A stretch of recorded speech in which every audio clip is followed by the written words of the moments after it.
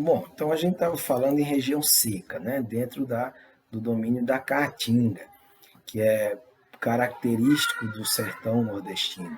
E falamos sobre o município de Cabaceiras, na Paraíba, que tem, né, a menor média pluviométrica do país. Ele se encontra dentro de uma região conhecida como Polígono das Secas, que aqui está demarcado, né, por essa linha em vermelho no mapa, colocando aqui vários estados do Nordeste com dentro dessas áreas de baixa pluviosidade e alta temperatura. Então, aqui nessa parte em lilás, né, são locais onde tem precipitações inferiores a 750 milímetros por ano, ou seja, áreas com baixa pluviosidade, né, 750 milímetros. Se a gente sempre comparar aqui com a Amazônia, nós vamos, né, saber que são sempre muito mais baixas. Em amarelo, é o chamado polígono das secas, né, de acordo com o INPE, Instituto Nacional de Pesquisas Espaciais, e o Centro de Pesquisas da USP. Então vejam aqui que pega parte do sertão paraibano, Pernambuco, Piauí, quase todo o Ceará, né, e uma pequena parte do Rio Grande do Norte, sendo a área com as mais baixas pluviosidades do Brasil. Então, ela trata-se aqui, né, de uma área de encontro, né, o ponto final de quatro sistemas atmosféricos, onde tem a influência das massas de ar equatorial continental, tropical atlântica, equatorial atlântica e polar atlântica. Né? Quando essas massas de ar atingem a região, elas já perderam grande parte de sua umidade. Então, aquilo que a gente falou, a influência do relevo no clima, consequentemente também na vegetação. Então, nós temos verdadeiros paredões que impedem que essa umidade chegue em toda essa região, por isso que aqui é tão seco. Né? O Planalto da Borborema, como eu falei há pouco, né, raramente ultrapassa 800 metros de altitude, sendo descontínuo, portanto, incapaz de provocar semiaridez à área sertaneja. Ele influencia na parte semiárida, porém, não é o principal responsável. Né?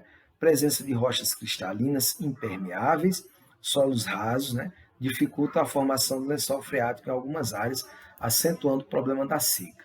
Então, isso é um outro problema, né, geológico. Grande presença de estruturas cristalinas, muitas rochas, o que dificulta a penetração, né, a infiltração da água no solo, dificultando a recarga do lençol freático, consequentemente, a falta de água disponível na subsuperfície. Então, é um outro problema físico natural da região que acelera aí a pobreza, né, algumas partes oriundas aí da falta de água. Então, essa região, ela necessita urgentemente, né, de cuidados e atenção maior por parte do governo, devido à dificuldade natural, né, os problemas naturais que são apresentados.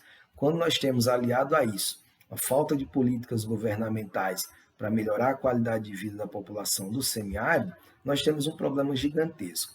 Não é só uma questão natural, porque senão não se viveria nos desertos. Senão nós estaríamos seguindo a corrente do pensamento geográfico, a corrente determinista, que diz que a vida é impossível em regiões muito quentes, né? E não é isso a verdade.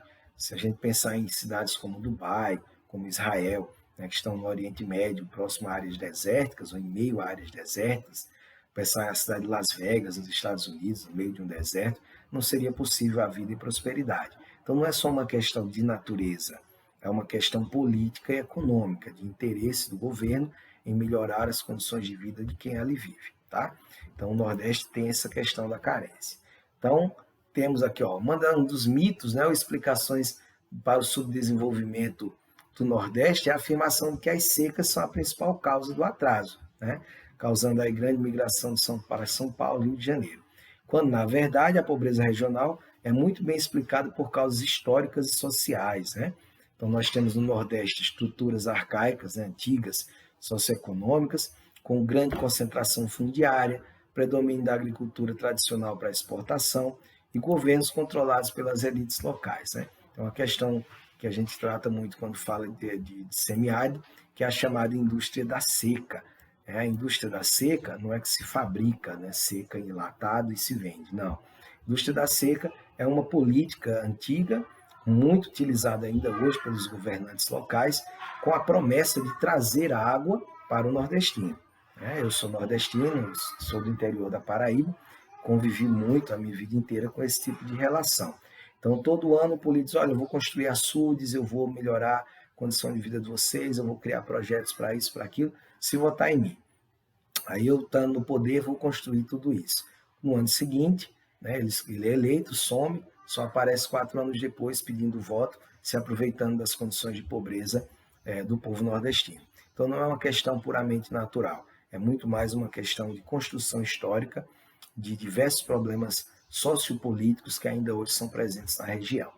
Então, isso poderia ser amenizado, ou pode ser amenizado, porque nós temos também na região uma rede hidrográfica com um grande rio, né, que atravessa praticamente todo o bioma da Caatinga e que pode muito bem abastecer e trazer, né, solução. Tinha uma abelha me circulando aqui, eu até soprei ela para lá, querendo me picar. Então, teria muito problema que poderia ser resolvido com a utilização das águas do Rio São Francisco, né, que é o mais importante, a mais importante bacia hidrográfica do semiárido. Né? É um rio perene, ou seja, contra toda a lógica hidrográfica do semiárido, ele é um rio que está sempre cheio, né? Embora nas épocas de secas ele dê uma baixa no seu nível de água. Né? Ele é navegável em seu médio curso, numa extensão de 1.370 quilômetros, que vai entre o trecho entre a cidade de Juazeiro, na Bahia, e Pirapora, em Minas Gerais. Então, tudo isso é navegável. Atualmente, a navegação nela tem pouca expressão na economia regional por conta das grandes rodovias. Mas o Rio São Francisco é a maior bacia em tamanho e importância para o semiárido brasileiro. Ela é uma bacia hidrográfica puramente brasileira. O rio nasce em Minas Gerais, tá? E vem descendo até chegar onde ele deságua entre os estados de Sergipe e Alagoas. Então vejam que é uma bacia hidrográfica extremamente importante, com vários afluentes, né, intermitentes, outros perenes também, porém, grande parte são rios intermitentes. Então ela é uma grande bacia de grande importância econômica, cultural e natural para o semiárido brasileiro. Né? Convém lembrar que o Rio São Francisco tem alguns apelidos importantes, chamado de Rio dos Currais, né, devido ao desenvolvimento da pecuária extensiva no sertão. Só é possível se tiver água, né? Então, criar gado não tem água, não dá. Então, ele é chamado de Rio dos Currais por isso. Também é chamado de Rio da Unidade Nacional, ou da Integração Nacional, né? Devido ao seu trecho navegável, ligando o Sudeste, Minas Gerais, né, ao Nordeste, principalmente durante o período colonial. Então, já se usava ele como via de transporte.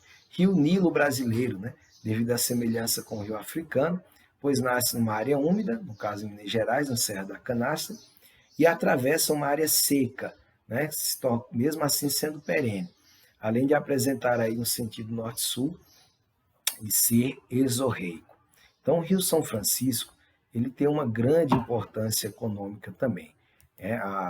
Existe um projeto extremamente polêmico, que é conhecido como Projeto de Transposição do Rio São Francisco, que a gente vai falar agora na próxima parte.